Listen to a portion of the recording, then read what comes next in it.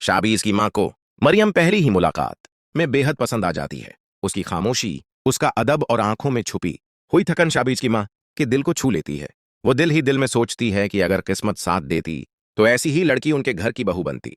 मगर नमरा के साथ शाबीज का रिश्ता तय हो चुका होने की वजह से वो अपने जज्बात जबान पर नहीं ला पाती। फिर भी वो खुद को रोक नहीं पाती और मरियम से कह बैठती हैं, बेटा तुम बहुत मुख्तलिफ हो। अनाबिया तुम्हारे साथ रहती है मगर तुम दोनों में जमीन आसमान का फर्क है। मरियम खामोश रहती है, न कोई शिकवा न कोई वजाहत, उसकी खामोशी ही उसका जवाब होती है। उसी लम्हे शाबीज के दिल में एक अजीब सी खलिश पैदा होती है। वो मरियम को गौर से देखता है और पहली बार महसूस करता है कि उसकी सादगी, उसका जब्त और उसका सब्र दिल को क्यों खींचता है। उसके दिल में एक ऐसा एहसास जन्म लेने लगता है जिसका नाम वह खुद भी नहीं जानता। जब मरियम को गाड़ी में बैठाकर शाबीज और अनाबिया बाहर निकलते हैं तो रास्ते में शाबीज अनाबिया से कहता है, तुम्हें जरा भी एहसास नहीं, वो भी एक इंसान है।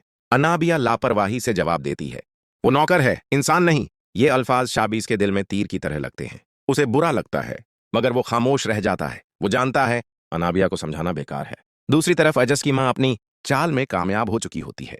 वो मरियम को अलग बैठाकर नरमी से कहती हैं, बेटा अगर तुम वाकई बाबा साहब की इज्जत और भलाई चाहती हो और उनके एहसानों का बदला देना चाहती हो तो तुम्हें ऐसा कदम उठाना होगा कि मेरा बेटा खुद ही तुम्हें छोड़ दे। ये बात मरियम के दिल में जलजला बर्पा कर देती है। वो सारी रात सो नहीं पाती। आखिरकार वो फैसला कर लेती है, अगर मामला बाबा साहब की इज्जत का है तो वो अपनी खुशी कुर्बान कर देगी।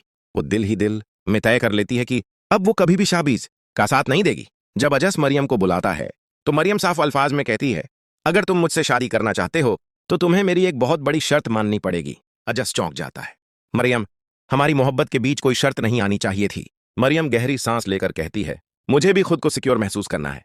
तुम्हें अपनी सारी जायदाद, ये घर, सब कुछ मेरे नाम करना होगा। इसी शर्त पर मैं तुम्हारी हो सकती हूं। ये बात अजस को अंदर तक हिला देती है।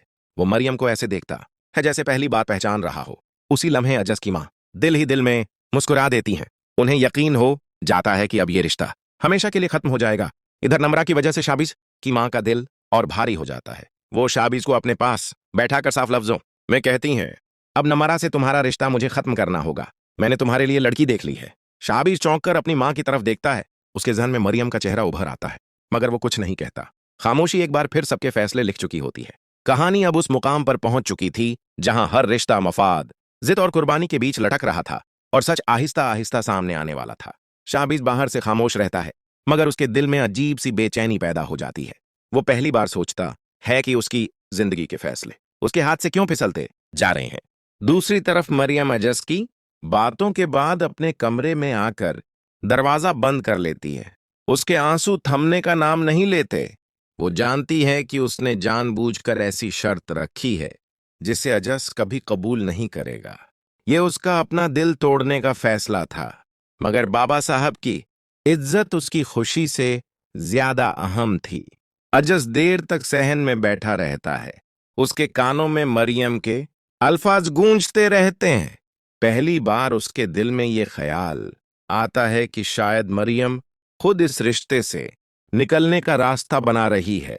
उसी रात अनाबिया अपने कमरे में बेचैन टहल रही होती है। उसे हज्म नहीं हो रहा कि शाबीज उससे बात बात पर खामोश क्यों हो गया है। वो दिल ही दिल में फैसला कर लेती है, अगर मरियम दोबारा उसके रास्ते में आई तो वो उसे पूरी तरह रास्ते से हटा देगी। अगले दिन घर का माहौल बोझिल होता है। शकील साहब खामोश रहते हैं।